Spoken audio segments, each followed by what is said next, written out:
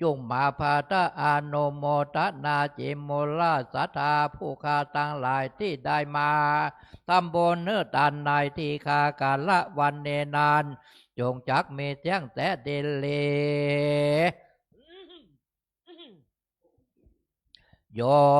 สันเนเสโนวะละโปธิโมเลมัลลังสาเสนังมา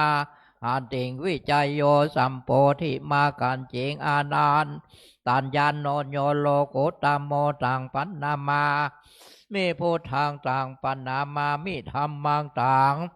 ปันนามามิสังฆังสาธุสาธุโอกาสาพันเตคาแด่พระเกี่ยวเจ้าต่างสามและพระปัญจาราตันนาพระเกี่ยวเจ้าตั้งห้าจำพวกอันสาธิตสำลานอยู่วัดวาอารามสถานที่เนเป็นตนเป็นเก้าเป็นประธานและสถิตสำลานอยู่จันปาตาว่าติงสาพระกาพรมเสาวันกัตเทวาลูกแลอันสถิตสำลานโยนเนื้อหนาจุมปูจู้ตี้จู้แห่งจูโตนจู้พระองค์วันนี้ก็เป็นวันดีที่อันวิเศษเหตุว่าเดือน10เหนือแลม8ค่ำก็ได้มาจูจอดรอเติงเถิงยังมูลสัทธาผู้ข้าตั้งหลายจูห่อจูงานจูพูดจูคนจูใหญ่น้อยยิ่งใจก็จริงได้ปาการมาสานงคงควายตกแต่งแปลงพร้อมน้อมนำมา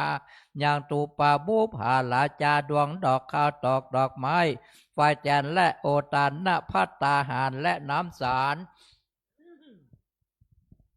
ตั้งหลายตั้งมวลฝูงนี้เพื่อว่าจักนำมาถวายปูจาเฮือตาแด่พระเกี่ยวเจ้าตั้งสามและตั้งห้าพระองค์ว่าสนิแต่ดิลีขอพระเกี่ยวเจ้าตั้งสามและตั้งห้าพระองค์จุงเมตามมาเมตตาเอ็นดูคุณนาไหวนาปฏิการับเอาอย่างปาลามิตรสาปูจาแห่งมูลาสดาผู้ข้าตั้งหลายแล้วเพื่อเฮอใดโสมดังกรรมกรรมผา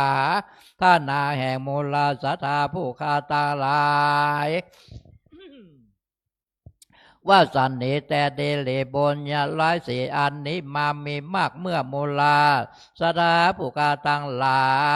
ยได้มาทำบนเฮือตันในทีคากาละวันเนก็ขอมาเป็นปัจจัยกรรมโจอดโนนยังมูลาสดาผู้กาตั้งหลายได้แล้วรอดพ้นเสียอย่างอันตรายต่างหลายต่างๆนานาเป็นตนว่าข้อปีข้อเดือนข้อวันข้อยามข้อเจ็บใครได้ผายญาติข้อโมโลกาตั้งหลายต่างๆนานาเปียโทษแล้วเปียที่โลกาอย่าได้มากายมาเบียดมาเบียนยังตนตัวแห่งมุลสัทธาผู้ข้าตั้งหลายข้ออันใดที่ได้มาปรากฏบางเกิดกับตนตัวแห่งมูลาสัทธาผู้ข้าตั้งหลายแล้วก็ขอได้ละงับกับหายไปในทีกากาละวันนี้ข้ออันใดที่ยังบ่ได้มาปรากฏบังเกิดกับตนตัวแห่งโมลาสัทธาผู้ข้าตั้งหลายก็จะได้มาปรากฏบังเกิดแถมสังเยื่องแถมสักประการแถมสามปอสองตั้งแต่มาหุตารายามนี้ไปนาขอโมลาสัทธาผู้ข้าตั้งหลายจงจำเลินไปโดยอายุปีอายุเดือนอายุวันอายุยามอายุวันนะสุขาปะละประกอบไปด้วยจุกปีจุกเดือนจุกวันจุกยามไปใจขอให้ได้เอาตัวตั้งไว้อยู่กำโจยังวาราพุทธศาสนาขององค์พระสัมมาสัมพุทธเจ้าและองค์พระมหาจินนาทัตเจ้าไปจนเสียงเจละการยืนยาวนานนักนั้นจงจักมีเที่ยงแต่เดลีตังโนอาคิตุปะบุภาลาจาตานังสาโทโอตานาภิกาหาตานังโอตากังตานังอาเพจะอาสาทาลนะสัพพาโลกิญะโลกุตาละมะคาปาลานิปานาปัจจโยโหนตุโนนิจัง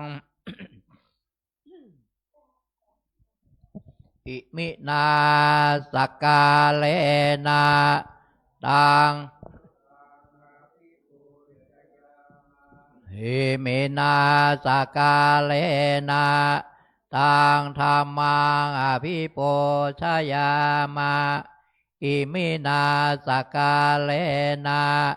ตังสังฆังพิปูชยามะอะระหังสัมมาโทภะคะวาโพธังภะคะวันตังพิวาเทมิสวากขาโตภะคะวะตาธัมโมธัมมังนามัสสามิสุปฏิปันโนภะคะวะโตวะกะสังโฆสังฆังนามามิหันธมยังพุทธัสสะภะคะวะโตบุพพภะคะนามะกะลังกะโลมาเส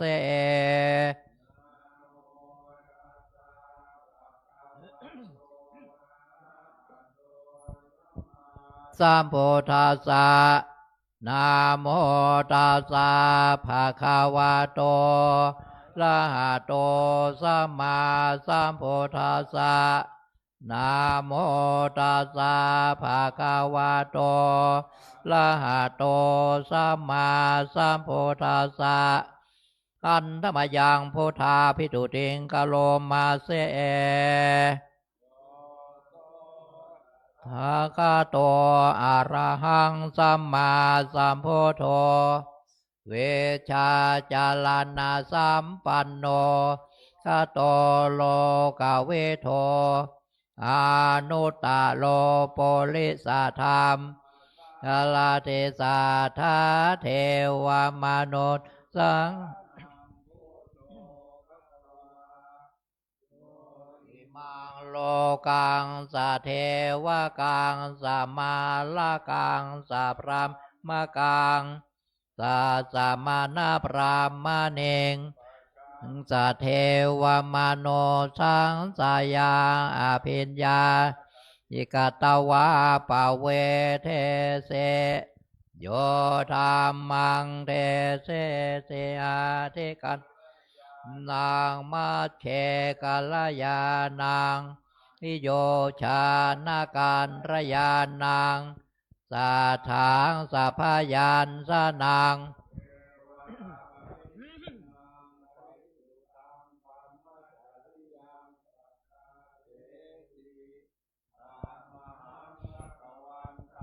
อภิปูชยามิตามหังภะคะวันตังสานะมามิหันธมยังธัมมาภิตุติงกะโลมาเส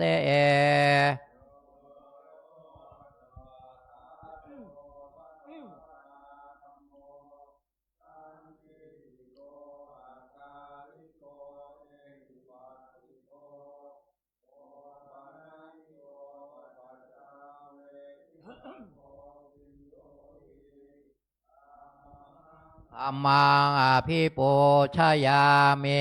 ธัมมังธัมมังสานามามิหันธมยังสังฆาภิตุติงกะโลมาเสโนภะคะวะโตสาวกสังโฆโอสุปฏิปันโนภะคะวะโตสาวกสังโฆยายาปฏิปันโนภะคะวะโตสาวกสังโฆสามีจิปฏิปันโนภะคะวะโต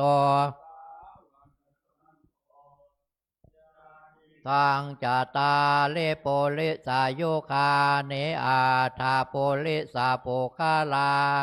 เอสะภะคะวะโตวะกะสังโฆอาหุเนยโยทาเก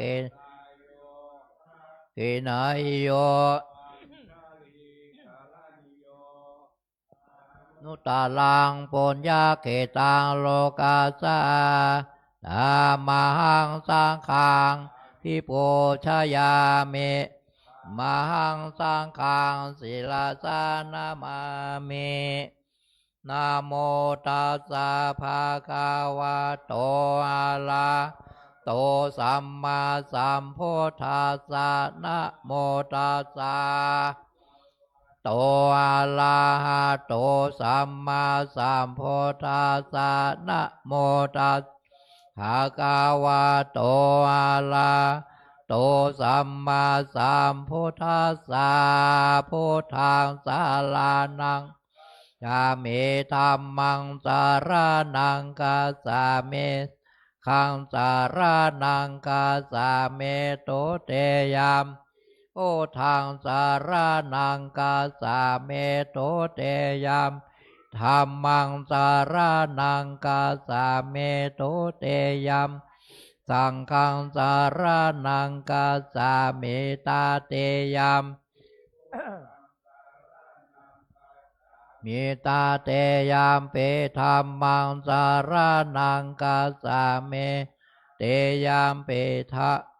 สารนังกัสสะเมนะโมพุทธายะโมธัมมายะนะโมสังฆายะนะโมทายานะโมธัมมายะนะโมสังยายานาโมสังกายาอัปปมันโนพุทโธปะมาโนโมปะมาโนสังปะมาโนพุทโธปะมาโนธัมโมปะมาโนสังปะมาโนพุทโธปะมาโนธัมโมปะมาโนสัง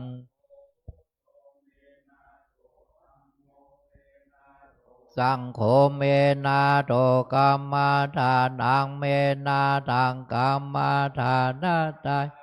กาจาลิโยเมนาโถพุทโธเมนาโถ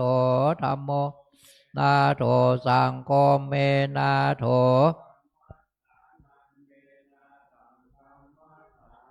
กายากาจาลิโยเมนาโถพุทโธเมนาโถธัมโมเมโทสังโฆเมนาโถกัมมาทานังเมนาทังอันธานาตายากาจาลิโยเมโทหัมพันเตพุทธาโนสาเตกัมทานังยาจาเมพุทธาโนสาเตทานังเทธาเมพันเตอหัมเตพุทธาโนสาเตกัมมัทานัง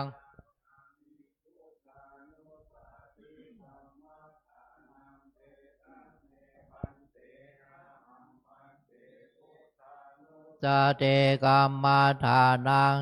จาเมพุทธาโนสาเตกัมมัทานังถ้าเมพันเตหัมพันเตเปเตจะละสัมมาทิงยาจาเมหัมพันเตเปเตละสัมมาทิงยาหัมพันเตเปเตอุปจาระมาทิงยาจาเมเอเตเปโสอะระหังสัมมาสัมพุทโธวิชาจาลานาสัมสุขโตโลกาวิโทอนุตตาโลโปสัทธรรมสาระทิสัทธาเทวมโนสานังภาวะตาธรรมโมสันเตธิโกอากาลิโกเอหิปัสสิโกยิโกปัจจตังเวทิตาโพเวนโยเอเตสุปฏิปันขาวะโตสาวกสังโฆโสปฏิปันโน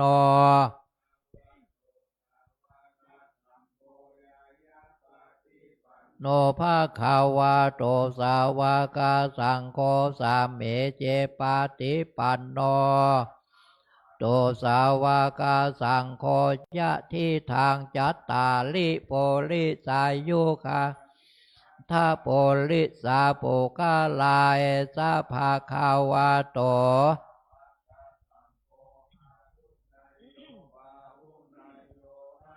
นายโยอันชะเลกาละโยอนุตาลัง เขตังโลกัสสาเทอาเทเอมัสสาเมงกาเยเกโลมานะคาทันตาตาโจมังสังนาหาอาเทเมนจังวะกังอาทายังยากะกิโลมากังเปหากังปาภาสังอันตังอันโคนังอุทาลิยังกาเลสังปิตังปุโปโลหิตังเสโทเมโทอาสุวาสาโลเสงคานิกาลาสิกามุตังมัทธาเกมัตขันเทนทาวาเตสากาลังอายังอัตตาภาวะทุกขังอนัตตาอาสุเจอาสุพังอิมังกัมมัฏฐานังภาโวเตจิลังวาตายังกายโยปัทถาเวงอาเปตาเวนยานโนนิลาตังวากาเลงคาลังทาเวตาทาโตเตทาโตวายโยทาโตโลปักขันโทเวทนาขันยาขันโทสังขารลาขันโทเวนญาณขันโทปัญจขันโทอาสัตอิทาสลาอานิจจาวาตาสังเรนามาธรรมาสังฆาลาอุปาทาวายาธรรมเมโนปัสสิตาวานิโลนสันติวุปัสสัมโมสุโข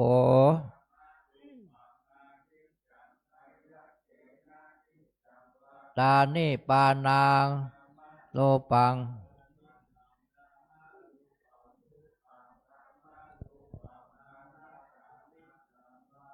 นิปานังมาโลปังนามาโลปังทุกขังพายาเทนาสุขังวาตานิปานังดานิปานังปานาปัตมังสุขังสาธุตานะปาลาเม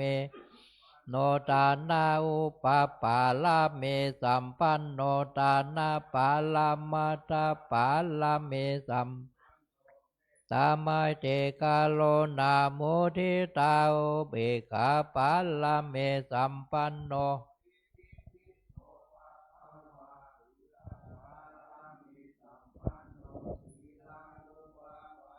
เมสัมปันโนศีลาปาลามัต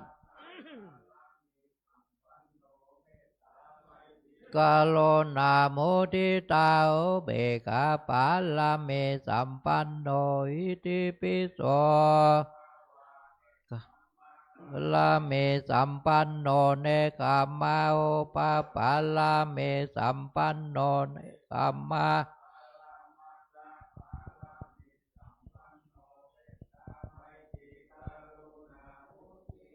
ทุเบกาปาลาเมสัมปันโนอิติปิโสภะคะวาปัญญาปาลาเมโนปัญญาอุปปาลาเมสัมปันโนปัญญาปาลามาตาลาเมสัมปันโนมุทิตาอุเบกาปาลาเมสัมปันโนอิติปิโสภะคะวาปาลาเมสัมปันโนเวเลญาอุปปาลาเมสัมปันโน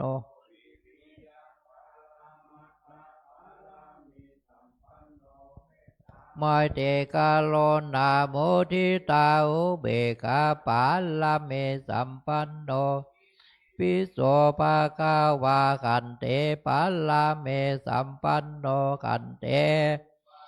ลาเมสัมปันโนขันเตปาลามาตาปาลาเมสัมปันโนไมเตกาโลนาโมทิตาอุเบกาปาลาเมสัมอิติปิโสภะคะวาสัจจปาลาเมลาเมสัมปันโนสัจจปาลามาตาปาลาเมสัมปันโนเดกาโลนาโมทิตาอุเบกาปาลาเม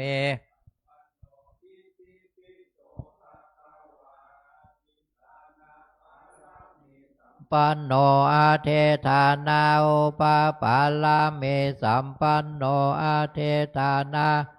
ลามาตาปาลาเมสัมปันโนเมตตา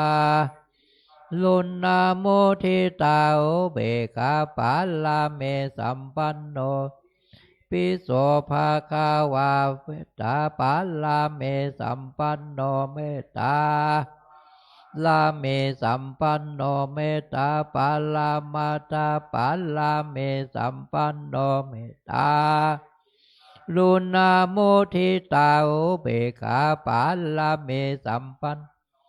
ติปิโสภาคาวาอุเบกขาปาลาเมสัมปันโนอุเบกขา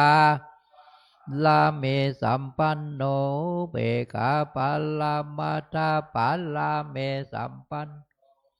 อมัยเตกาโลนาโมทิตาอุเบกขาปิโสภาคาวาทาสาปาลาเมสัมปันโนทาสาอุปปะ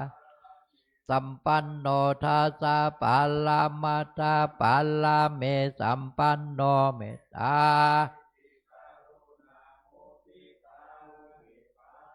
ลาเมสัมปันโนอิติปิโสภาคาวาสัมมาเทสาปาลาเม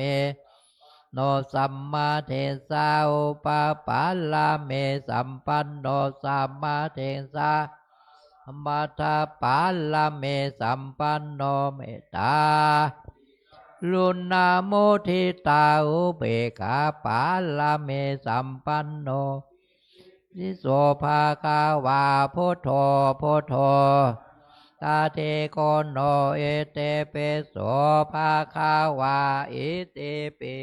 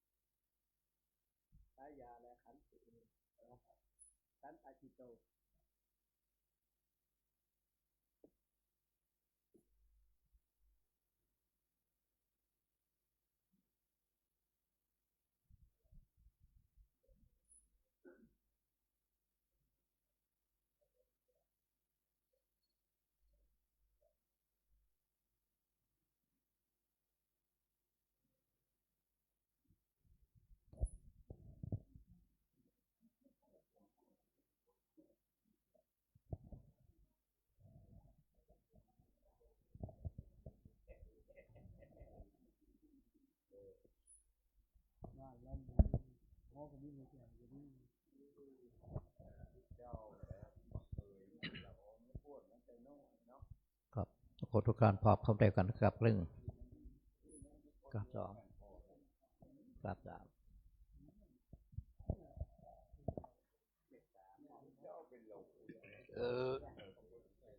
อิมินาสกาเลนะตังโพธังอภิโปชยามะ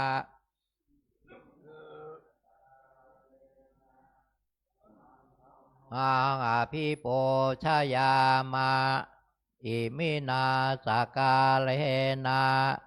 ตังสังฆังอภิโปชยามะลาหังสัมมาสัมพุทโธภะคะวาพุทธังภะคะวันตังวิวาเทมิ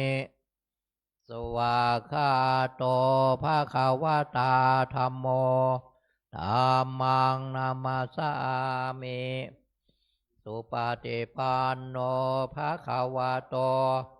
ภวกสังโฆสังฆังนามามิ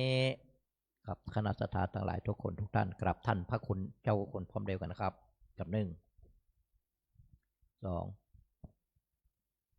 3มะยังพันเตเตสาลาเนนาสาหะปัญจาลานิยาจามะตุเตยัมเปมะยังพันเต ติสาละเนนะสาหะปัญจศีลายาจามะตาเตยามเปมะยังเตติสาละเนนะสาหะปัญจศีลานิยาจามะนะโมตัสสะภะคะวะโตอะระหะโตสัมมาสัมพุทธัสสะนะโมตัสสะภะคะวะโตอะระหะโตสัมมาสัมพุทธัสสะนะโมตัสสะภะคะวะโตอะระหะโตสัมมาสัมพุทธัสสะนะโมตัสสะภะคะวะโตอะระโตสัมมาสัมพุทธัสสะนะโมตัสสะภะคะวะโตอะโตสัมมาสัมพุทธัสสะนะโมตัสสะภะคะวะโตอะโตสัมมาสัมพุทธัสสะพุทธังสรณังคัจฉามิ พุทธังสรณังคัจฉามิ ธัมมังสรณังคัจฉามิ ธัมมังสรณังคัจฉามิ สังฆังสรณังคัจฉามิ สังฆังสรณังคัจฉามิ ตุติยัมปิพุทธังสรณังคัจฉามิ ตุติยัมปิพุทธังสรณังคัจฉามิ ตุติยัมปิธัมมังสรณังคัจฉามิ ตุติยัมปิธัมมังสรณังคัจฉามิ ตุติยัมปิสังฆังสรณังคัจฉามิ ตุติยัมปิสังฆังสรณังคัจฉามิ ตติยัมปิพุทธังสรณังคัจฉามิ ตติยัมปิพุทธังสรณังคัจฉาตมิ ติยัมปิธัมมังสรณังคัจฉามิ ตติยัมปิธัมมังสรณังคัจฉามิ ตติยัมปิสังฆังสรณังคัจฉามิ ตติยัมปิสังฆังสรณังคัจฉามิ ปานาติปาตาเวระมณีสิกขาปะตังสมาธิยามิ อานาเตปาตาเวรมณีสิกขาปะทังสมาธิยามิ อะตินนาตานาเวระมณีสิกขาปะตังสมาธิยามิ อาทินนาตานาเวรมณีสิกขาปะทังสมาธิยามิ กาเมสุมิจฉาจาราเวระมณีสิกขาปะตังสมาธิยามิ กาเมสุเมสาจาลาเวรมณีสิกขาปะทังสมาธิยามิ มุสาวาตาเวระมณีสิกขาปะตังสมาธิยามิ โมสาวาทาเวรมณีสิกขาปะทังสมาธิยามิ โสราเมรยามาชาปามาตาฐานาเวระมณีสิกขาปะตังสมาธิยามิ สุลาเมลายามาชาปามาตาฐานาเวรมณีสิกขาปะทังสมาธิยามิ อิมาเนปัญจสิกขาปตาเนเสเลนะสุขติงยันเต สาธุ เสเลนะโภคะสัมปตา สาธุ เสเลนะนิพุติงยันเต สาธุ ตัสมาสีลังวิโสทะเย มาพันเตต่อไปโยงเข้าบาทนะสาธุโอกาสาโอทานาเป็นเทปาตังนิพพานาปัจจายโยทุโนเนจังสาธุโอกาสานาเป็นเทปาตังตานังนิพพานาปัจจัยโอนตุโนเนจังสาธุโอกาสาเป็นเทปาตังตานางนิพพานาปัจจัยโยตุโนเนจัง ผู้ที่ใส่ขันตกขันเข้าก็ใส่ไปแล้วก็วันนี้วันนี้จะได้อาราธนาท่านพระมหามงคลสันตะจิตโตประเรียนธรรม6 ประโยคผู้ช่วยเจ้าอาวาสพระอารามหลวงและเป็นครูสอนบาลีเป็นหลายอย่างนอกจากนั้นดูแลกิจการงานของวัดเมื่อกี้มีงานกระทั่งต่างๆก็ท่านน่าจะเป็นผู้จัดตั้งเสนาสนะต่างๆทางคลุพันธ์ละคุพันธ์วันนี้ก็ขออาราธนาขึ้นแสดงพระธรรมเทศนาฐานะท่านมีนามว่าท่านมหามงคลท่านก็จะได้เทศมงคล38 ประการ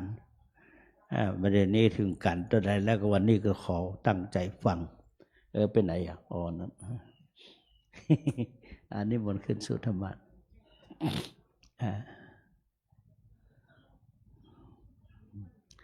ท่านผ่านมาหมดกำลังเฮียนอยู่ดีๆไปคัดเลือกทหารติดทหารเป็นทหารดึงของพระพุทธเจ้าของชาติด้วยผ่านมาหมด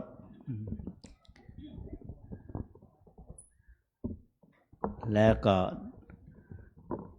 มาได้มีครอบครัว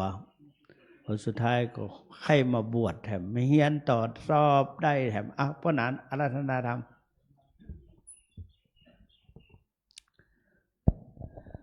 ปรมาจารโลกาธิปเทสหปาเจกาอัญชาเลอันทิวาลังอัญญาจัตถาสันติทาสัตตปรัสสกาสาติกาเทเสตุธรรมังอนุกัมปิมังปะชังนะโมตัสสะภะคะวะโตอะระหะโตสัมมาสัมพุทธัสสะนะโมตัสสะภะคะวะโตอะระหะโตสัมมาสัมพุทธัสสะนะโมตัสสะภะคะวะโตอะระหะโตสัมมาสัมพุทธัสสะตะโปจะพรหมจริยัญจะนิพพานะสัจฉิกิริยาจะเอตัมมังคลมุตตมันติณบัดนี้จักได้แสดงธรรมีกถาพรรณนาถึงศาสนธรรมคำสั่งสอนขององค์สมเด็จพระชินวรสัมมาสัมพุทธเจ้าเพื่อเป็นแนวทางแห่งการศึกษาและสัมมาปฏิบัติของท่านสาธุชนทั้งหลายจนกว่าจะสมมุติยุติลงตามสมควรแก่เวลาแห่งบทมาติกาและอธิบายสืบต่อไปขอความนอบน้อมของข้าพเจ้าจงมีแด่สรีระสังขารของพระเดชพระคุณพระพรหมมงคลอัคคมหากรรมฐานาจารย์ขอถวายความเคารพพระมหาเถรานุเถระอันมีท่านเจ้าคุณพระสุวรรณเมธีด็อกเตอร์เจ้าอาวาสวัดพระธาตุสีจอมทองวรวิหารตลอดถึงพระอนุเถระจนถึงพระนวกะสวัสดีไปยังน้องสามเณรทุกรูปและเจริญพรไปยังแม่ชีโยคีอุบาสกอุบาสิกาทั้งหลายก็ขอให้ทุกท่านได้นำมือลงแล้วตั้งใจฟังวันนี้กระผมอาตมภาพจะได้แสดงมงคล4 ข้อด้วยกันคือมงคลข้อที่31ตะโปหรือว่าตบะมงคลข้อที่32พรหมจริยังหรือพรหมจรรย์มงคลข้อที่33 อริยสัจจานทัศนังและมงคลข้อที่34นิพพานสัจฉิกิริยาอธิบายมงคลข้อแรกมงคลข้อที่31มงคลข้อที่31คือตะโปหรือว่าตบะคำว่าตะโปหรือตบะนี้แปลตรงตัวแปลว่าความร้อนแปลว่าการเผาแปลว่าการทำให้ร้อนเป็นคำที่ใช้มาเนิ่นนานในศาสนาพราหมณ์ใช้มาเนิ่นนานก่อนที่จะมีพระพุทธศาสนาในเหล่าฤาษีชีไพรจะใช้คำนี้มาตลอดเมื่อมีพระพุทธศาสนาอุบัติขึ้นก็ได้ยืมเอาคำนี้มาใช้แต่ใช้ในลักษณะที่ว่าเอามาเผากิเลสและการเผากิเลสที่ว่านี้ในทางพระพุทธศาสนาท่านบอกว่าต้องอาศัยความอดทนอดกลั้นความเพียรความพยายามเป็นหลักเพราะฉะนั้นในทางพระพุทธศาสนาคำว่าตบะจึงแปลเอาความหมายว่าความเพียรเป็นเครื่องเผากิเลสโดยความเพียรที่ว่านั้นมี4ประการซึ่งปรากฏในพระไตรปิฎกเล่มที่11ข้อที่230ซึ่งเป็นหัวข้อที่ท่านพระสารีบุตรเถระท่านได้แสดงไว้ก็คือทำความเข้าใจว่าในพระไตรปิฎกนั้นไม่ใช่ว่ามีแค่พระพุทธเจ้าเท่านั้นที่แสดงไว้ไม่ใช่ว่าบรรจุแค่คำสอนของพระพุทธเจ้าเท่านั้นแต่เป็นสาวกภาสิทธ์ก็มีแต่ว่าเมื่อท่านเห็นว่าเป็นประโยชน์จึงเอามาบรรจุไว้การความเพียร4ข้อนี้ก็คือ1สังวรประทานว่าให้เพียรพยายามสำรวมระวังบาปกุศลบาปอกุศลที่ยังไม่เกิดขึ้นไม่ให้เกิดขึ้นนี่ข้อที่1ข้อที่2ปหานะประทานเพียรพยายามละบาปกุศลที่มีอยู่แล้วให้ลดน้อยถอยลงข้อที่3ภาวนาประทานเพียรพยายามทำกุศลที่ยังไม่เกิดขึ้นให้เกิดขึ้น4อนุรักษณาประทานเพียรพยายามรักษากุศลที่เกิดขึ้นแล้วให้เจริญและพอกพูนยิ่งขึ้นไปทั้ง4ประการนี้เรียกว่าสัมมัปปทานแปลว่าความเพียรชอบ4ประการทีนี้เมื่อได้ทราบความเพียรชอบดังที่กล่าวมาแล้วก็ให้เอาความเพียรชอบนั้นไปประพฤติปฏิบัติเพื่อให้เกิดตบะเพื่อเผาโลภะโทสะโมหะให้มอดไหม้ซึ่งกระทำได้ด้วยวิธีการอย่างที่ท่านพระสิริมังคลาจารย์ได้อธิบายไว้ในมังคลฐทีปณีคือ1ด้วยการรักษาศีลการรักษาศีลนี่ก็เรียกว่าเป็นตบะฆราวาสญาติโยมก็รักษาศีล5พระก็รักษาศีล4ข้อไม่ใช่4ข้อก็เอาไป4อย่าง4อย่างก็คือ1ปาติโมกขสังวรศีลอย่างที่2อาชีวะปาริสุทธิศีล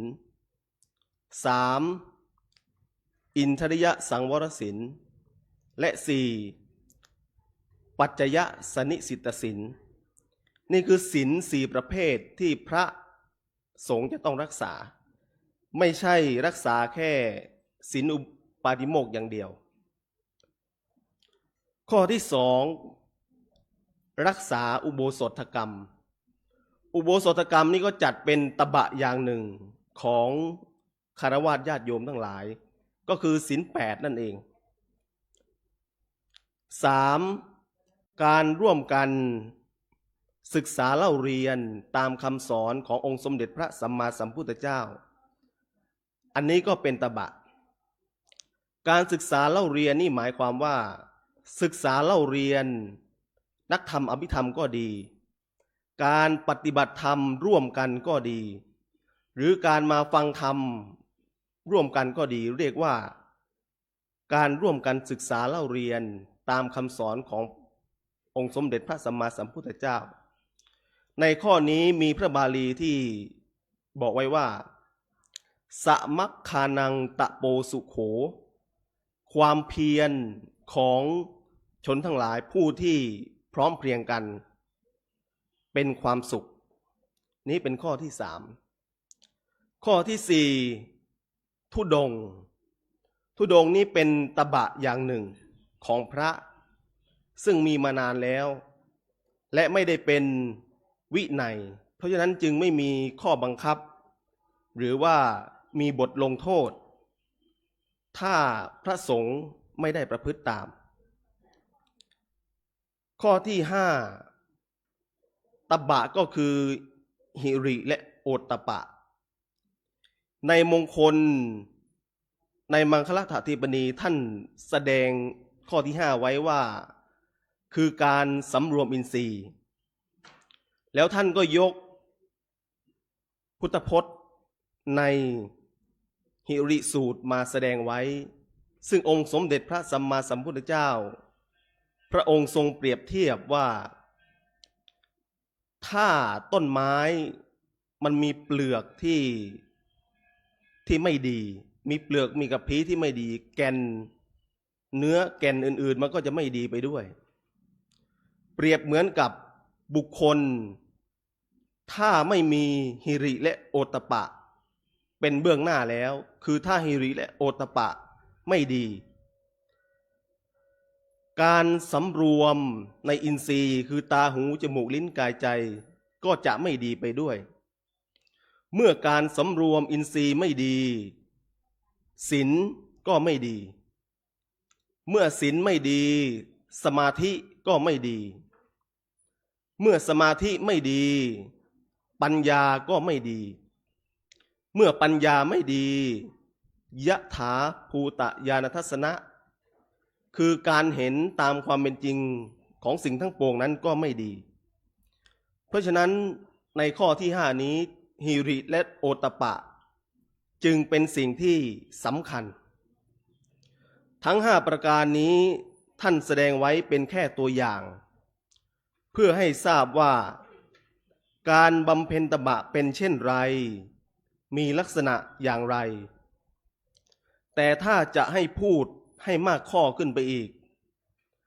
การบำเพ็ญตบะก็คือมงคลทั้งหมดที่ได้แสดงมาแล้วตั้งแต่ต้นคือตั้งแต่อเสวนาจะพาลานังมาจนถึงข้อที่กำลังอธิบายอยู่และในข้อต่อไปที่จะได้อธิบายมงคลทุกๆข้อถ้าใครประพฤติอยู่ก็ชื่อว่ากำลังบำเพ็ญตบะเพราะมงคลนั้นเผากิเลสได้ตามสมควรแก่ความประพฤติของบุคคลและเมื่อผู้ที่บำเพ็ญตบะสำเร็จแล้วก็จะทำให้เกิดผลบางคนคงคุ้นเคยกันดีกับคำว่าเดชะก็คือตบะเดชะเดชะก็คือผลของตบะหรือเรียกว่าบารมีใครประพฤติตบะอย่างไรก็จะได้บารมีอย่างนั้นเช่นว่าคนที่มีศีลมีธรรมก็จะมีแต่คนเคารพยำเกรงมีผู้คนเมตตาถ้ามีศีลบริสุทธิ์ และปฏิบัติตนจนทำตนให้ได้ฌานสมาบัติ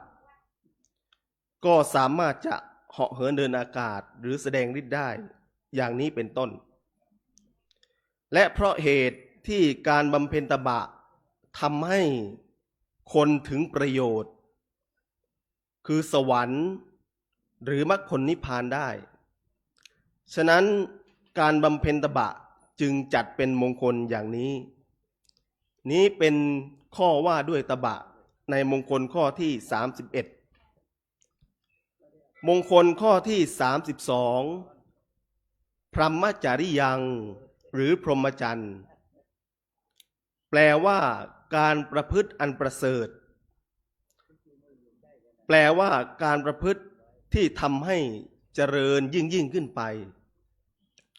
ซึ่งในข้อพรหมจรรย์นี้จะเน้นไปในเรื่องการหลีกออกจากกามเป็นสำคัญแต่ในมังคลถาธิปนีท่านพระสิริมังคลาจารย์ท่านได้รวบรวมคำว่าพรหมจรรย์นี้มาแสดงเพื่อเป็นแนวทาง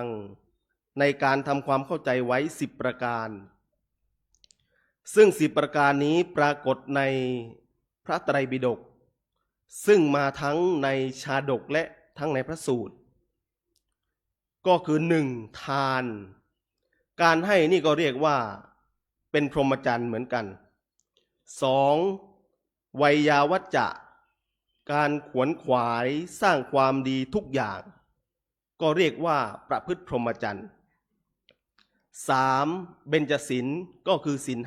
5ซึ่งเน้นไปที่ข้อ3อันนี้ก็เรียกว่าการประพฤติพรหมจรรย์4อัปปมัญญาอัปปมัญญาบางคนฟังแล้วก็ไม่เคยคุ้นแต่จะคุ้นอีกชื่อหนึ่งอัปปมัญญานี่แปลว่าแผ่ไปไม่มีประมาณในที่นี้หมายถึงพรหมวิหาร4อัปปมัญญาก็คือพรหมวิหาร4ให้แผ่เมตตากรุณามุทิตาอุเบกขาไปไม่มีประมาณในสรรพสัตว์ทั้งหลายทั้งปวงการแผ่เมตตานี้ก็เรียกว่าเป็นพรหมจรรย์เพราะเป็นคุณธรรมของพระพรหมคือผู้ที่เกิดเป็นพรหมนั้นจะต้องมีคุณธรรม4ข้อนี้ข้อที่5เมถุนวิรัตคือการเว้นจากการเสพเมถุนข้อที่6สะทาระสันโดษก็คือยินดีในภรรยาของตนข้อที่7วิริยะข้อนี้ก็เป็นพรหมจรรย์ข้อที่8อุโบสถกรรมข้อนี้ก็เป็นพรหมจรรย์เหมือนกันข้อที่9อริยมรรคอริยมรรคนี้มาในพรหมจริยสูตรองค์สมเด็จพระสัมมาสัมพุทธเจ้าพระองค์อธิบายไว้ว่าอริยมรรคนี่แหละคือพรหมจรรย์ก็คือมรรค8นั่นเองและข้อสุดท้ายข้อที่10ศาสนา ศาสนาทั้งหมดก็คือคำสอนทั้งหมดขององค์สมเด็จพระสัมมาสัมพุทธเจ้าทั้งหมดเรียกว่าพรหมจรรย์ซึ่งในข้อนี้มาในมหาปรินิพพานสูตรซึ่งพญามารได้มากราบอาราธนาให้องค์สมเด็จพระสัมมาสัมพุทธเจ้าทรงปรินิพพานองค์สมเด็จพระสัมมาสัมพุทธเจ้าจึงตรัสว่าตราบเท่าที่พรหมจรรย์นี้ยังไม่ตั้งมั่นดีก็จะยังไม่ปรินิพพานอันนี้จึงเป็นที่มาของคำว่าศาสนาก็คือพรหมจรรย์การประพฤติพรหมจรรย์ทั้ง10ประการที่กล่าวมานี้เรียกว่าการประพฤติพรหมจรรย์และการประพฤติพรหมจรรย์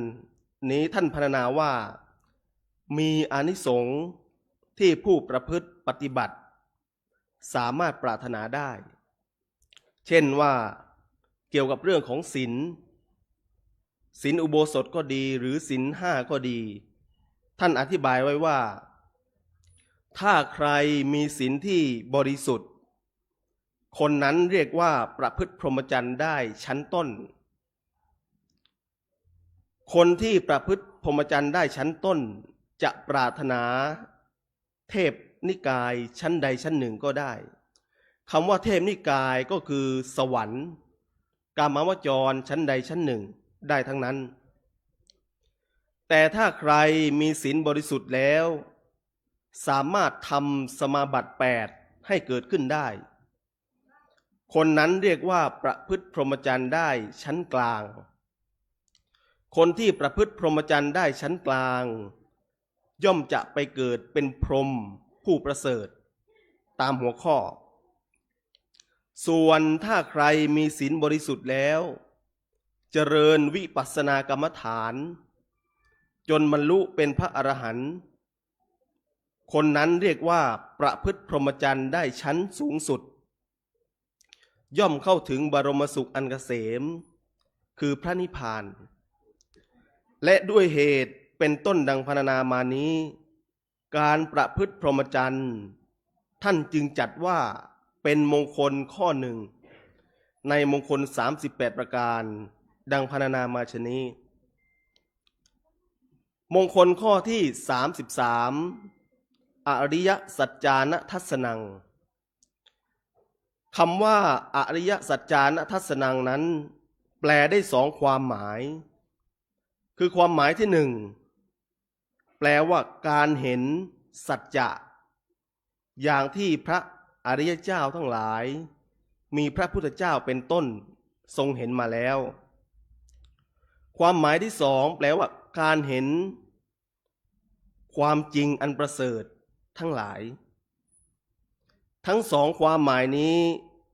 แม้แปลต่างกันแต่ก็มุ่งไปในทางเดียวกันคือมุ่งถึงสัจจะความจริงหากมีคำถามว่าอะไรเล่าคือสัจจะความจริงก็ตอบว่าอริยสัจสี่ได้แก่ทุกข์สมุทัยนิโรธและมรรคสี่อย่างนี้คือสัจจะความจริงและเป็นสัจจะความจริงอันประเสริฐในสองความหมายคือหนึ่งเพราะทุกข์เป็นต้นนั้นเป็นสัจจะความจริงโดยตัวมันเองหมายความว่าทุกข์เป็นต้นนั้นเป็นตัวปัญหาของมวลมนุษยชาติเช่นว่าการเกิดแก่เจ็บตายเป็นต้นนี้เป็นตัวทุกข์คือเป็นตัวปัญหาที่เราท่านทั้งหลายพยายามจะหนีนี่คือสัจจะในความหมายที่หนึ่งสัจจะในความหมายที่สองก็คือเพราะการเห็นทุกข์เห็นสมุทัยเห็นนิโรธเห็นมรรคตามที่เป็นจริงนั้นเป็นตัวนำไปสู่สัจจะที่แท้จริงนั่นก็คือพระนิพพานซึ่งทั้งสองประการที่กล่าวมานี้คือความหมายของอริยสัจสี่ทีนี้เมื่อทราบความหมายของอริยสัจสี่แล้วต่อไปก็ควรทราบถึงหน้าที่ที่เราท่านทั้งหลายจะต้องประพฤติปฏิบัติต่ออริยสัจสี่อย่างนี้ให้ถูกต้องโดยมีคำอธิบายดังนี้คือหนึ่งหน้าที่ที่เราจะต้องปฏิบัติต่อทุกขอริยสัจก็คือให้กำหนดรู้อย่างเดียวคือรู้ว่านี้เป็นตัวทุกข์เป็นอย่างนี้แต่ไม่ให้เราเข้าไปเป็นทุกข์คือไม่ยึดมั่นถือมั่นในทุกข์นั้นสองหน้าที่ที่เราจะต้องปฏิบัติต่อทุกขสมุทัยก็คือการละหมายความว่าเมื่อหาเหตุที่ทำให้เกิดทุกข์ก็คือสมุทัยเจอแล้วก็หาวิธีลดหรือละความทุกข์นั้นลงสามหน้าที่ที่เราจะต้องปฏิบัติต่อทุกขนิโรธ ก็คือการกระทำให้แจ้งกล่าวคือเมื่อหาวิธีดับทุกข์นั้นได้แล้วก็ทำให้ทุกข์นั้นดับลงซึ่งก็คือนิโรธแต่นิโรธข้อ3นี้ไม่มีวิธีปฏิบัติเป็นเพียงแค่ทฤษฎีหรือหลักการจึงจำเป็นต้องมีข้อปฏิบัติเพื่อให้เข้าถึงทฤษฎีก็คือการดับทุกข์นั้นได้จริงซึ่งก็คือนิโรธคามินีปฏิปทาหรือก็คือมรรคนั่นเองและหน้าที่ที่เราจะต้องประพฤติปฏิบัติให้ถูกต้องต่อมรรคก็คือการทำมรรคให้เกิดให้มีขึ้นด้วยการปฏิบัติโดยชอบหรือปฏิบัติให้ถูกต้องโดยวิธี8ใน1หมายถึงว่ามีทางสายเดียวแต่ทางนั้นมีองค์ประกอบ8อย่าง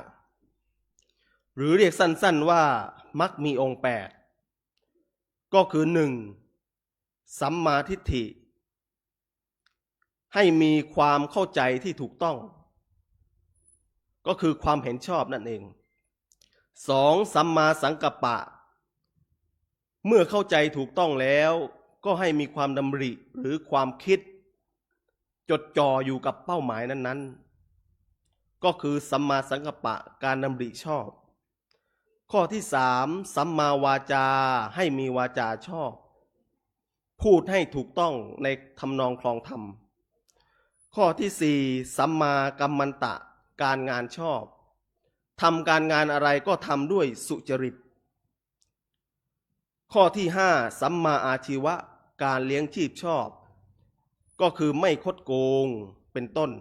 6สัมมาวายามะมีความเพียรชอบก็คือเพียรพยายามในเป้าหมายนั้นให้ถูกต้อง7สัมมาสติมีสติระลึกชอบและ8สัมมาสมาธิมีสมาธิชอบทั้ง8อย่างนี้2ข้อแรกเรียกว่าตัวปัญญาในบรรดา8อย่างนี้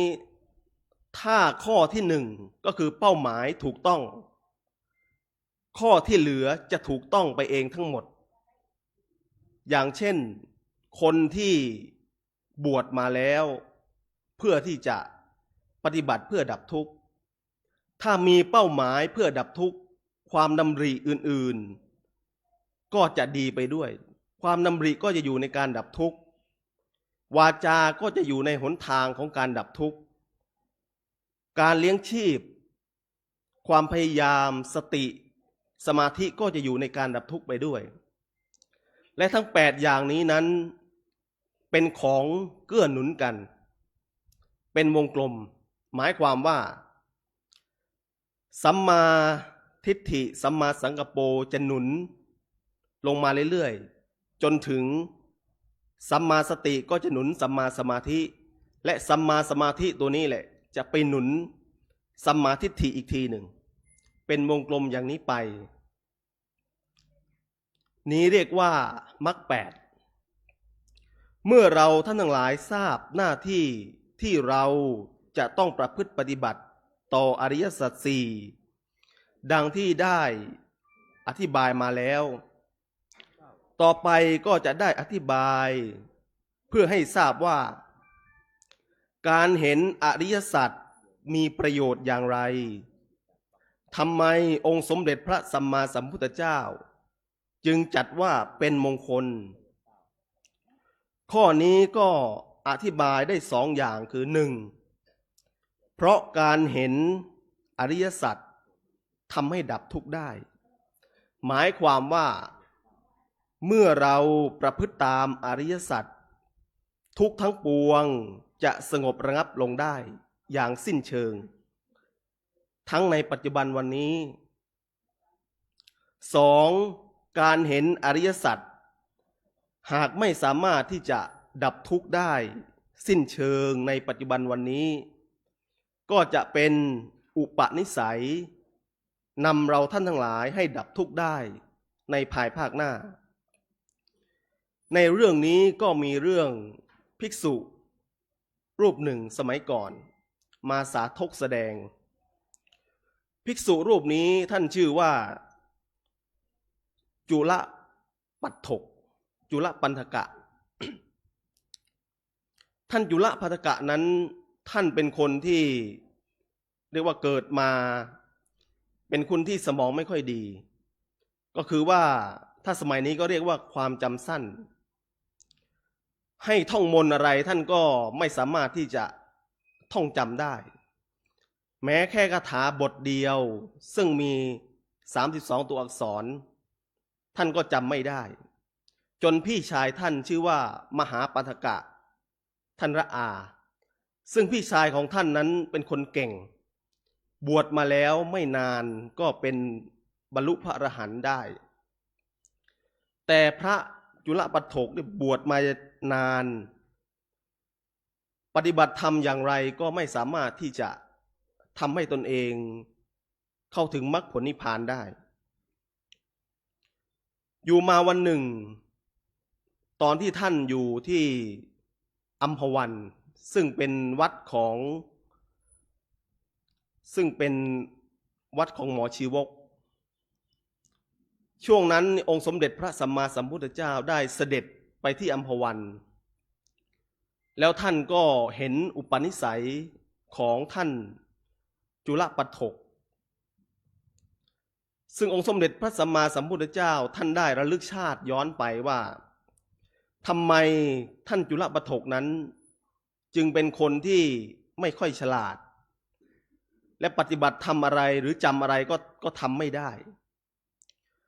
เมื่อระลึกชาติไปท่านก็รู้ว่าเมื่อก่อนเนี่ยท่านจุลปัฏฐกนี่เป็นคนที่ฉลาดมากแต่เหตุเพราะว่าเป็นคนฉลาดแล้วก็ไปดูถูกคนอื่นว่าคนนั้นโง่คนนี้โง่อย่างนี้เป็นต้นพอเกิดมาชาตินี้ท่านก็เลยเป็นคนที่จำอะไรไม่ค่อยดีจำอะไรไม่ค่อยได้จำแล้วก็ลืมง่ายองค์สมเด็จพระสัมมาสัมพุทธเจ้าก็ระลึกไปอีกว่าเราจะช่วยจุลปัฏฐกนี้ยังไงก็เลยระลึกไปถึงว่าชาติหนึ่งนั้นท่านจุลปัฏฐกได้เป็นพระราชาแล้วก็ไปทักษิณาพระนครอาจจะตรวจพระนครพอท่านอยู่บนหลังช้างเดินตรวจพระนครอยู่นั้นเหงื่อออกที่หน้าผากท่านก็เอาผ้าขาวมาแล้วก็มาลูบผ้าขาวเอาผ้าขาวมาลูบเหงื่อพอผ้าขาวลูบเหงื่อเอามาดูก็เห็นว่าผ้าขาวมันดำก็เลยได้อานิจจสัญญาคือเห็นพระไตรลักษณ์แค่นั้นแหละครับโยมท่านทั้งหลายเมื่อเห็นดังนั้นพอถึงชาตินั้นก็ไม่มีอะไรทีนี้องค์สมเด็จพระสัมมาสัมพุทธเจ้าเมื่อท่านเห็นดังนั้นท่านก็คิดว่ามีเชื้อแล้วมีเชื้อในการที่จะทำให้ท่านจุลปัฏฐกนั้นถึงทำได้พระองค์ก็เลยเอาผ้าเก่ามาแล้วก็ให้ท่านจุลปัฏฐกนั้นบริกรรมว่าระโชหรนังระโชหรนังเรื่อยไปพอดีวันนั้นมีหมอชีวกได้นิมนต์พระสงฆ์ในวัดอัมพวันไปฉันที่บ้านซึ่งมีพระพุทธเจ้าเป็นประมุขพอไปฉันคนที่นิมนต์ไปก็มีแต่พระอรหันต์ทั้งหมดซึ่งพระจุลปัฏฐกนี่ยังไม่ได้เป็นพระอรหันต์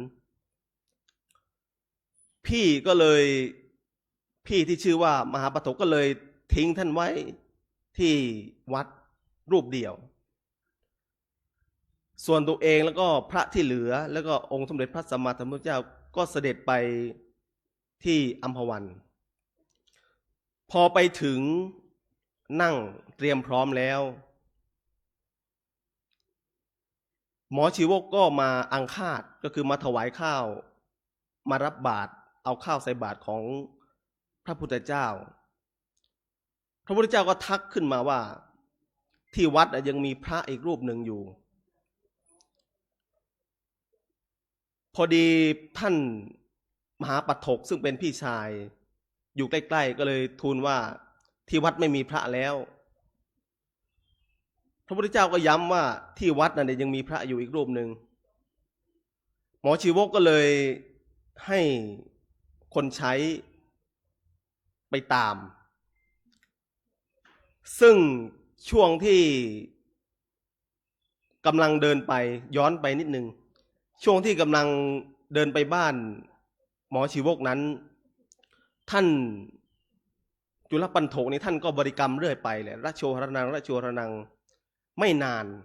อาจจะไม่ถึงชั่วโมงด้วยซ้ำไปก็ได้บรรลุธรรมพร้อมด้วยปฏิสัมมิทาคือความเขลาทั้งหมดนี่หายไปหมดท่านบรรลุธรรมมีความรู้ทุกอย่างที่พระอริยเจ้าทั้งหลายควรรู้หมดทีนี้เมื่อหมอชีวกให้คนใช้มาตามท่านจุลปัฏฐกก็รู้ว่าเขาจะให้มาตามก็เลยแปลงเขาเรียกว่าแปลงร่างให้มีหลายคนก็คือให้มีเป็นพันคนอยู่ในวิหารนั้นพอคนใช้ไปถึงก็เห็นพระเต็มไปหมดก็เลยกลับมาแล้วมาบอกว่าพระที่อยู่ในวิหารมีเยอะมีเป็นพันเลยไม่รู้ว่าคนไหนเป็นท่านจุลปัฏฐกพระพุทธเจ้าก็บอกว่ากลับไปใหม่แล้วไปเรียกว่าคนไหนชื่อว่าจุลปัฏฐกคนใช้ก็ไปเรียกว่าจุลปัฏฐกคนไหนทั้งพันคนนั้นก็ตอบเกือบพร้อมเพรียงกันว่าเราทั้งหมดนี่แหละคือจุลปัฏฐกคนใช้ก็กลับมาอีกมาถามอีกว่าทั้งหมดทั้งพันคนนั้นพร้อมกันเกือบพร้อมกันว่าจุลปัฏฐกควรจะทำยังไงดีพระพุทธเจ้าก็เลยแนะวิธีว่าให้ไปใหม่แล้วไปสังเกตดูว่าคนไหนที่พูดก่อนคือที่พูดเหลื่อมออกมาก่อนเขาแล้วให้ไปจับมือคนนั้นดึงมาพอคนใช้ไปถึงก็เรียกอีกว่า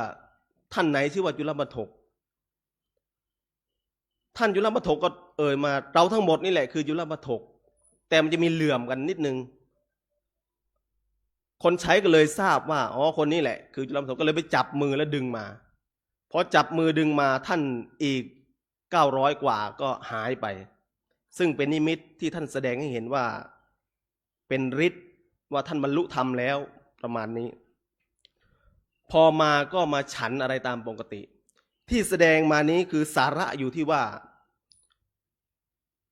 การเห็นพระไตรลักษณ์หรืออริยสัจของท่านนั้นเป็นประโยชน์ต่อท่านในการที่ท่านมาเจอกับองค์สมเด็จพระสัมมาสัมพุทธเจ้าเพราะฉะนั้นการเห็นอริยสัจสี่จึงมีประโยชน์องค์สมเด็จพระสัมมาสัมพุทธเจ้าพระองค์จึงจัดเข้าไว้ในมงคลทั้ง38ประการอย่างนี้นี่คือมงคลข้อที่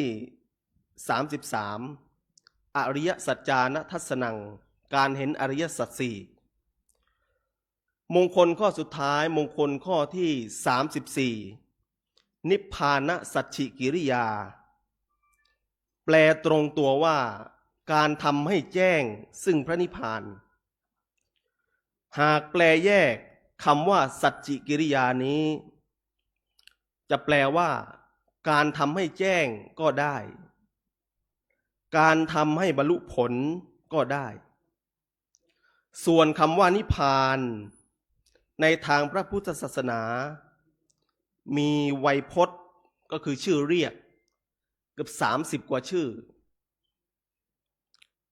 แต่จะนำมาอธิบายพอเป็นตัวอย่าง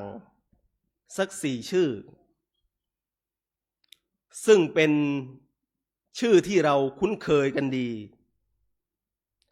อันได้แก่หนึ่งนิพพานนั้นท่านเรียกว่าอสังคตะคือแปลว่าปราศจากการปรุงแต่งอันนี้คือความหมายของพระนิพพานหรือชื่อเรียกพระนิพพาน2นิพพานเป็นอมตะคือหมายความว่านิพพานนั้นไม่มีวันตาย กล่าวคือเมื่อนิพพานนั้นไม่มีการปรุงแต่งการคลายจากการปรุงแต่งก็มีไม่ได้การคลายจากการปรุงแต่งนั่นแหละเขาเรียกว่าตายตัวอย่างเช่นปรุงแต่งให้เราเกิดมาเป็นคนอย่างนี้เป็นต้นการคลายจากการเกิดก็คือชรามรณะก็คือการตายนั่นเอง 3. นิพพานเป็นสันตะคือสงบเย็นสนิทปราศจากทุกข์ทั้งปวง 4. นิพพานเป็นสัจจะที่อาตมาภาพได้พูดไปการก่อนว่าทุกข์มันนำไปสู่สัจจะความจริงก็คือพระนิพพานนี่แหละก็คือข้อนี้คือนิพพานเป็นสัจจะคือเป็นความจริงเพียงหนึ่งเดียวหมายความว่านิพพานไม่มีการเกิดจึงไม่มีการดับอยู่เหนือการเวลานิพพานจึงอยู่ชั่วนิจนิรันดร์นี้คือตัวอย่างของความหมายของคำว่านิพพานและที่ได้แสดงอธิบายไวยพจน์ก็คือชื่อเรียกของพระนิพพานมาก่อนนั้นก็เพื่อที่จะชี้แจงแสดงให้ท่านทั้งหลายได้ทราบว่านิพพานนั้นมีความหมายที่กว้างขวางมีหลายระดับและไม่ใช่เป็นเรื่องของพระสงฆ์จำพวกเดียวอย่างที่หลายท่านเข้าใจแต่เป็นเรื่องที่ชาวพุทธทุกคนจะต้องทำความเข้าใจแล้วนำไปประพฤติปฏิบัติให้ถูกต้องยิ่งในมงคลสูตรยิ่งชี้ชัดว่านิพพานไม่ใช่เรื่องของพระสงฆ์จำพวกเดียวเพราะพระพุทธองค์ทรงแสดงนิพพานในมงคลนี้แก่เหล่าเทวดาที่ไปทูลถามซึ่งเทวดาเหล่านั้นก็เป็นเหมือนชาวบ้านธรรมดาคือมีมารดาบิดามีบุตรมีภรรยาเป็นต้นไม่ต่างกันฉะนั้นนิพพานจึงเป็นสิ่งที่ทุกคนควรทำให้แจ้งหรือปฏิบัติให้ถูกต้องซึ่งนิพพานนั้นก็มีระดับที่แต่ละบุคคลสามารถปฏิบัติหรือกระทำให้แจ้งได้ตามความเพียรของตนโดยนิพพานนั้นมีสองระดับใหญ่ๆคือ1ระดับโลกิยะ2ระดับโลกุตระระดับโลกิยะก็แบ่งเป็น2ระดับย่อยคือ1ระดับธรรมดาและ2ระดับพิเศษระดับธรรมดาหมายเอาการที่บุคคลที่มีศีลธรรมมีธรรมครองธรรมแล้วอยู่อย่างร่มเย็นเป็นสุขสงบปราศจากกิเลสในบางครั้งบางคราวนี้ก็เรียกว่านิพพาน2ระดับพิเศษหมายเอาการที่บุคคลมีศีลมีธรรมแล้วปฏิบัติจนได้ฌานมีปฐมฌานเป็นต้นถึงจะยังมีชีวิตอยู่ก็ดีหรือตายแล้วไปเกิดในชั้นรูปพรหมหรืออรูปพรหมก็ดีอย่างนี้ก็เรียกว่านิพพานเพียงแต่นิพพานทั้ง2ระดับนี้เป็นเพียงนิพพานที่ไม่ถาวรเพราะไม่ได้ดับราคะโทสะโมหะได้อย่างสิ้นเชิงคือยังอยู่ในอำนาจหรือในกฎของโลกเขาจึงเรียกนิพพานชนิดนี้ว่านิพพานโลกีนิพพานระดับที่2คือนิพพานระดับโลกุตระคืออยู่เหนือโลกนิพพานระดับโลกุตระนั้นเป็นนิพพานที่ดับสงบราคะโทสะโมหะได้อย่างสิ้นเชิงหรือได้อย่างถาวรมี2ชนิดคือ1สัอุปาทิเสสนิพพานดับสงบ ราคะโทสะโมหะได้อย่างสิ้นเชิงแต่ยังมีชีวิตอยู่คือยังไม่ตาย 2. อนุปาทิเสสนิพพาน ดับสงบราคะโทสะโมหะได้อย่างสิ้นเชิงและก็ตายภาษาชาวบ้านก็คือตายนิพพานทั้งสองชนิดนี้ท่านเรียกว่าโลกุตระนิพพานเพราะผลจากอำนาจหรือกฎของโลกแต่ไม่ว่าจะเป็นโลกิยะนิพพานหรือโลกุตระนิพพานก็ล้วนมีรสเชกเช่นเดียวกันคือความดับความสงบความเย็นกายเย็นใจเหมือนกันและเป็นสิ่งที่พุทธบริษัทหรือพุทธศาสนิกชนทั้งหลายควรกระทำให้แจ้งตามสมควรแก่ความสามารถของตนและด้วยเหตุดังพรรณนามาการทำให้แจ้งซึ่งพระนิพพานท่านจึงจัดว่าเป็นมงคลข้อหนึ่งนี่เรียกว่าการทำให้แจ้งซึ่งพระนิพพานซึ่งเป็นข้อสุดท้ายที่สุดแห่งการแสดงมงคลข้อที่31 32 33และ34ก็ขอสรุปสาระในมงคลทั้งหลายไว้ว่ามงคลข้อที่31ตบะก็คือการปฏิบัติทุกอย่างที่ใช้ความเพียรในการเผากิเลสหรือกำจัดกิเลสมงคลข้อที่32การประพฤติพรหมจรรย์ก็คือการประพฤติอย่างประเสริฐโดยเน้นไปที่การงดเว้นหรือการบรรเทาการหมกมุ่นจากกามคุณเป็นสำคัญมงคลข้อที่33การเห็นอริยสัจจะก็คือการพิจารณาให้เห็นและปฏิบัติให้ถูกต้องต่ออริยสัจสี่คือทุกข์สมุทัยนิโรธและมรรคมงคลข้อที่34การทำให้แจ้งซึ่งพระนิพพานก็คือการมีสติเพียรพยายามทำให้แจ้งซึ่งความดับราคะโทสะโมหะสงบกายสงบใจด้วยศีลก็ดีด้วยธรรมก็ดีจะเป็นระดับโลกิยะหรือโลกุตระก็ล้วนเป็นสิ่งที่ดีเป็นมงคลทั้งสิ้นแสดงธรรมีกถาพรรณนามาก็เห็นว่าสมควรแก่เวลาและอรรถธิบายแล้วก็ขอสมมุติยุติลงคงไว้แต่เพียงเท่านี้เอวังก็มีด้วยประการฉนี้ อันตมยังสาธุกลังกะโลมาเซ สาธุสาธุสา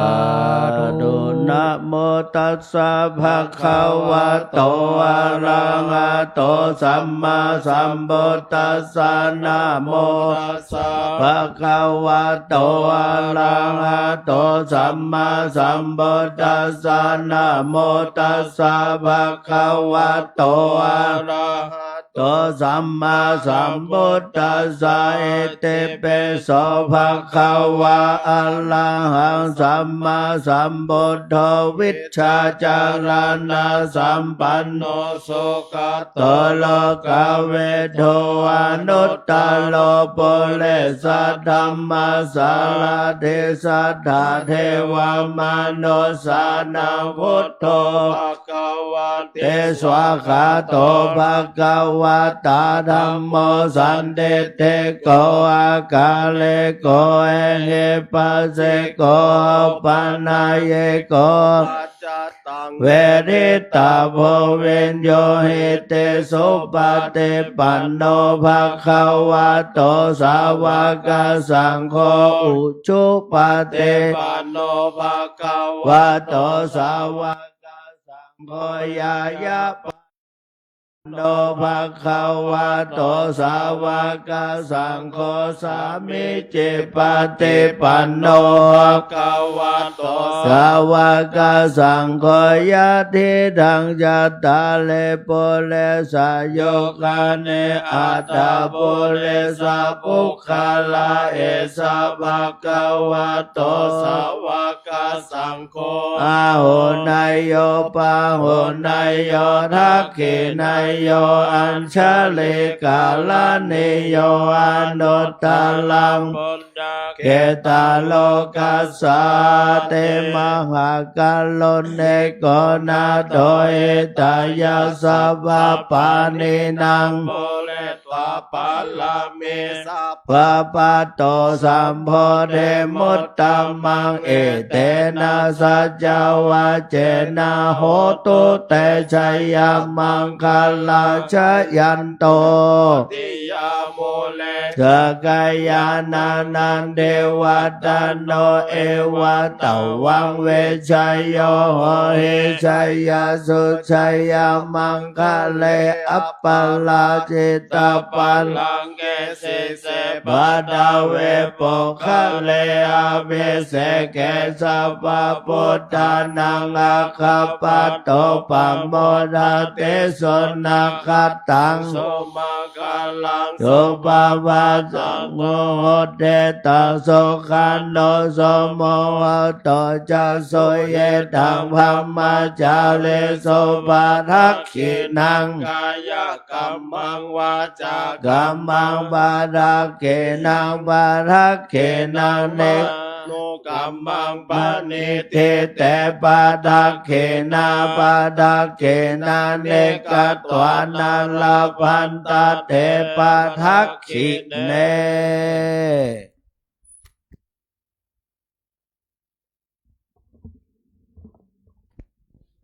ญาติโยมประเคนกันธรรมเทศนา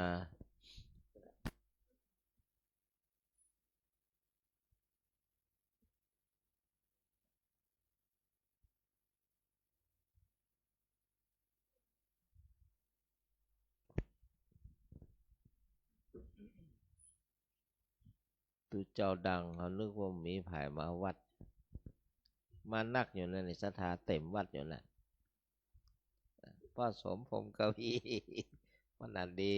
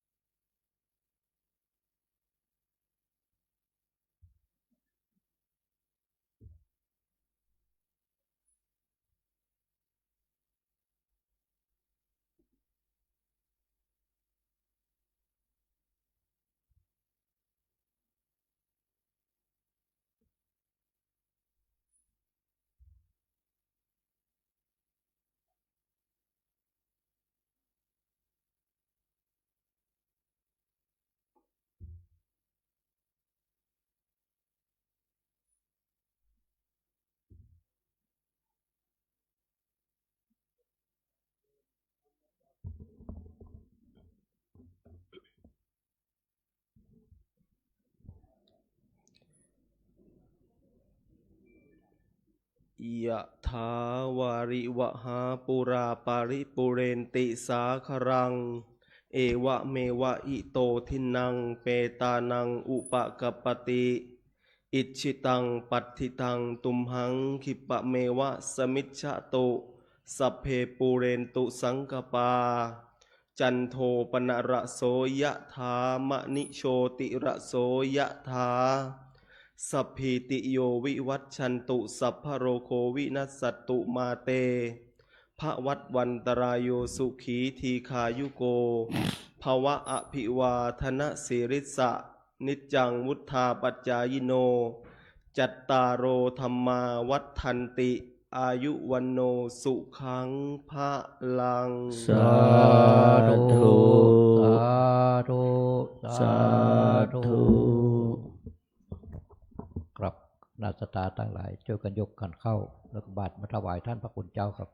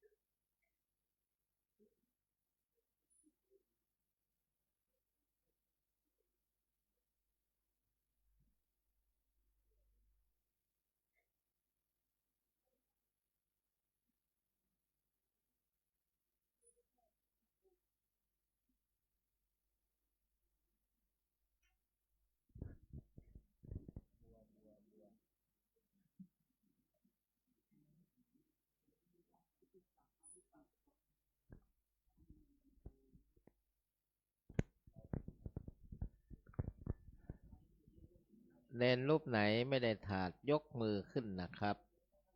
ลูกเนน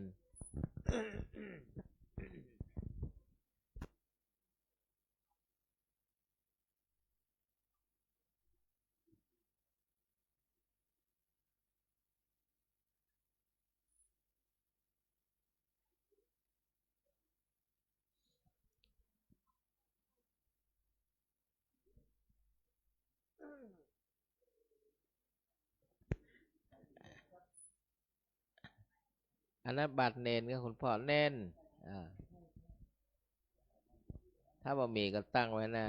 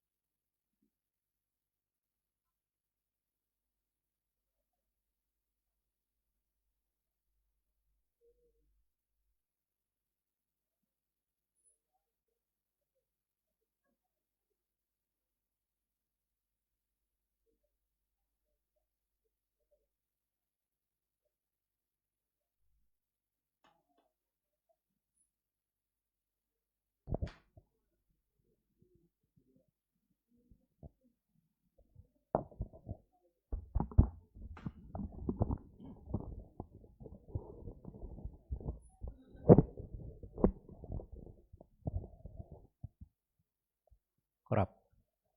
พร้อมแล้วก็คำถวายคำเด้อนะโมตัสสะภะคะวะโตอะระหะโตสัมมาสัมพุทธัสสะนะโมตัสสะภะคะวะโตหะโตสัมมาสัมพุทธัสสะนะโมตัสสะภะคะวะโตหะโตสัมมาสัมพุทธัสสะว่าพร้อมเด็กครับอิมานิอายังพันเตปัตตานิสาปาลิวาลานิภิกขุสังฆสสะโอโนชยามะสาธุโนพันเตภิกขุสังโฆอิมานิปัตตานิสาปาลิวาลานิปาติกานาโตอัมหากังเอกาลตังตายะสุขายะข้าแต่พระสงฆ์ผู้เจริญข้าพระเจ้าทั้งหลายขอน้อมถวาย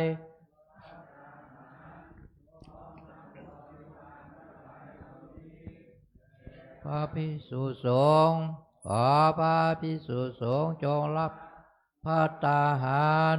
พร้อมทั้งบริวารทั้งหลายเหล่านี้ของข้าพระเจ้าทั้งหลาย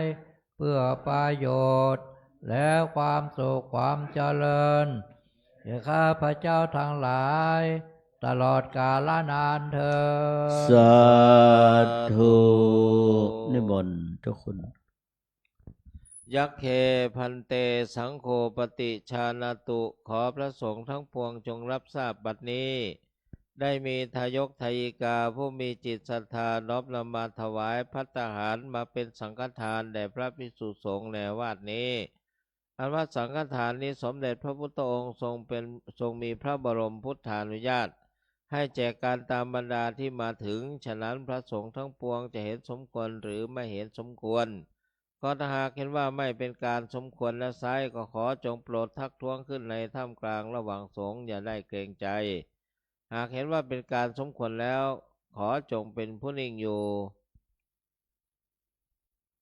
บัดนี้พระสงฆ์ทั้งปวงนิ่งอยู่ข้าพเจ้ารู้ได้ว่าจะเป็นการสมควรแล้วขอสมมุติตนเป็นผู้แจกของสงฆ์ต่อไปณกาลบัดนี้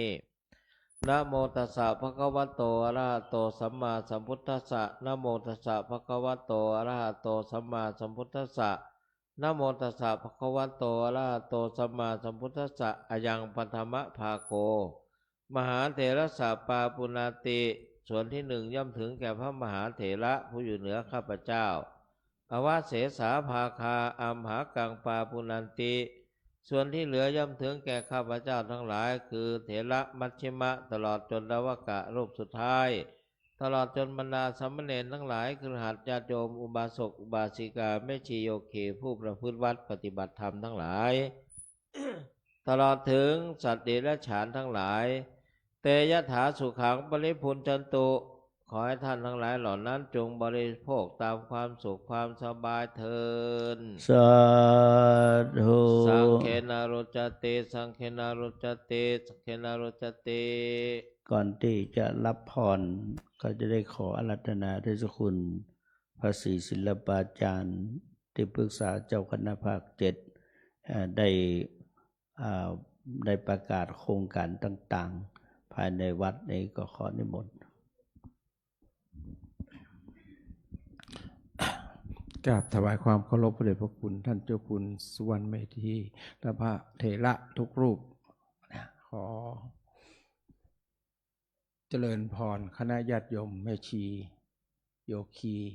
ผู้ปฏิบัติธรรมพร้อมกับอุบาสกอุบาสิกาทุกท่านคณะศรัทธาทุกคนวัดพระธาตุสีจอมทองอาตมาก็จะขอแจ้งประชาสัมพันธ์ในงานของในวัดนี้ก็คือวันเสาร์ที่จะถึงนี้นะจะมีการในเวลาบ่ายโมงจะมีการเปิดการปฏิบัติธรรมรุ่นที่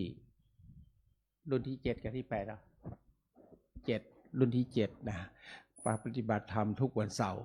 ขอเชิญญาติโยมท่านใดที่มีความประสงค์อยากจะมาปฏิบัติทุกวันเสาร์ก็มาได้เลยในเวลาบ่ายโมงตั้งแต่วันเสาร์นี้เป็นต้นไปนะแล้วก็จะมีคอร์สปฏิบัติธรรมครั้งหนึ่งของถวายวันป้อถวาย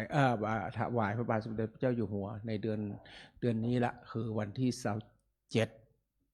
หรือว่า27เนี่ยที่ท่านพระครูปลัดเพิ่นได้ประชาสัมพันธ์ไว้นะขอเชิญคณะศรัทธาญาติโยมท่านใดที่จะมาปฏิบัติเรามาพักอยู่ที่วัดนี้รู้สึกจะใช้เวลาอยู่3 วัน3 คืนนะอันนี้ก็ขอประชาสัมพันธ์ว่าใครมีความพร้อมใครอยากจะมาปฏิบัติก็มาร่วมกันได้นะขอเชิญแล้วก็ขอประชาสัมพันธ์คือทุกท่านได้ประชาสัมพันธ์บอกต่อๆกันไปตัวนะของท่านศึกษาในฐานะที่เป็นประธานกรรมการวัดก็ไปบอกคณะศรัทธาญาติโยมทุกหมู่บ้านเลยนะท่านใดที่จะมีความประสงค์จะมาปฏิบัติธรรมขอเจริญพรอาตมามีแจ้งข่าวของวัดพระธาตุมีแค่นี้วันนี้นะขอเจริญพรต่อไปรับพร ยะถาวาริวหาปุราปริปุเรนติสาครังเอวะเมวะอิโตทินังเปตานังอุปกปติอิชิตังบัดดิตังตุมหังคิปะเมวะสมิจฉตุสัพเพปุเรนตุสังกปาจันโทปนรโสยะถามณิโชติรโสยะถาสัพพิติโยเววัชชันตสัพพะโรโคเวนัสตุมาเตภวัตวันตรายโยสุเขเทคายโยโกภวสัพเพเตโยเววัชชันตสัพพะโลโคเวนัสตุมาเตภวัตวันตรายโยสุเขเทคายโยโกภวสัพเพเตโยเววัชชันตสัพพะโรโคเวนัส ธรรมาแต่ภวัตวันตรายโยสุเขเตกายุโกภวะอภิวาตันนาเส เลสเนจังวุฒาปจายโนจัตตารโอ ตัมมา วัฏฐานเตอายุวันโนสุขังภาลังอายุโทภลโทเทโรวันนาโทปฏิภาณโท สกา สัทธาตาเมธาเวสุขังโสอธิคาสติอายุง ทัตตวาว ลังวันนาสุขันจะปฏิภาณโทเทคายโยยสวะโหติยา ตายา โสปปัสสะเตเตรัตนัตตยาโนภาเวนัลตนัตตยเต จัตตาโต กะโล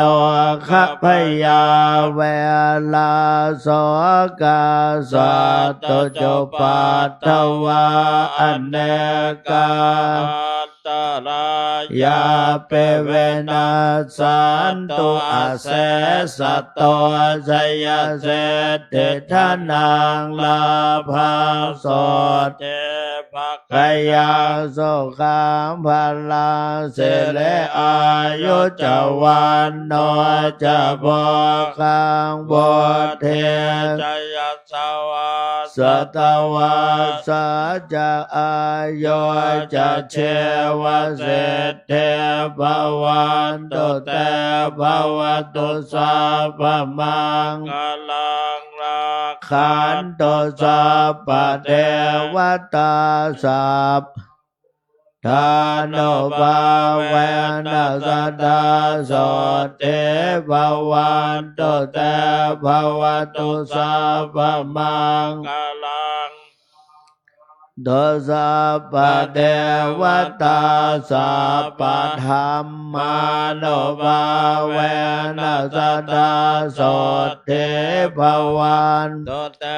ภวตุสัพพมังคลังลาขันตุสัพพะเทว วตา สัพพะสังฆานุภาเวนัสตาโสเทภาวันตุ ย เต สาธุกลังกโลมาเส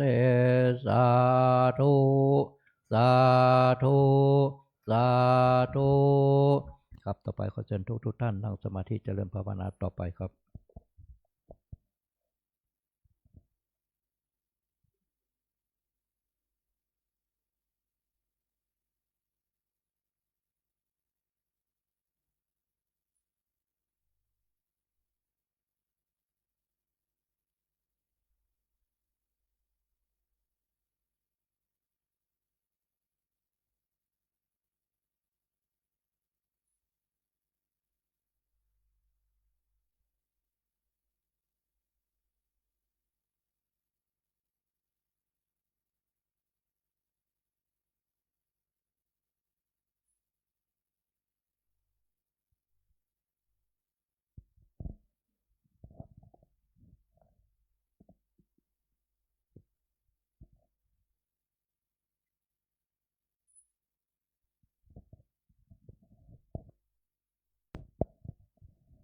ครับสมควรกับเวลา เอตังทานากัมมังนิปานาปัจจายโยตุโนนิจังเอตังศีลากัมมังนิปานาปัจจายโยตุโนนิจังเอตังภาวนากัมมังนิปานาปัจโหนตุโนนิจังยังเกณฑ์เจโกชาลังกัตตาปังกัมมังกเตกะตังปุญญังโนอนุโมทันโตสุนันโตปนเอเทวาสามิทานเนอเดกาตาเดกาโยกา โหนโตสัพพะสัตตานังสุเขอัตตานังลันโตมาตาปิตาสุเขตาโหนโตโตกาปะโมจจัน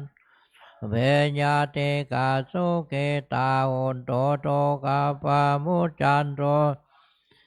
ยาติกาสุเขตาโหนโตโตกาปะโมจจันโต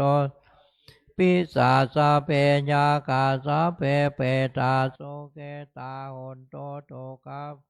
โมจจันโตสะเพนาคาโตกา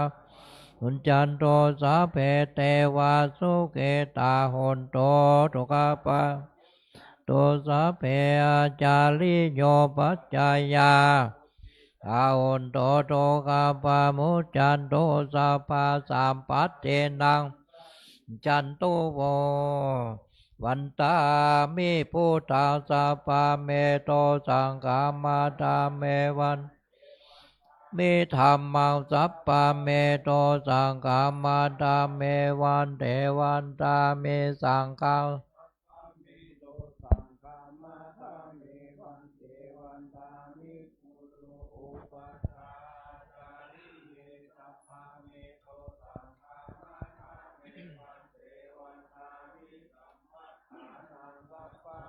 โตสังฆามาตาเมวันเทวันตาเมอาลาเมมาตาสิมายัง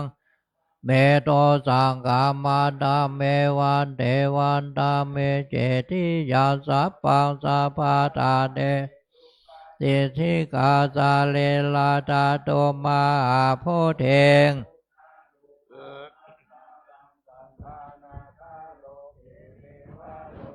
พระมาโลเกจัมโพธิเปลังคาธิเปสาลีลาธาตุโย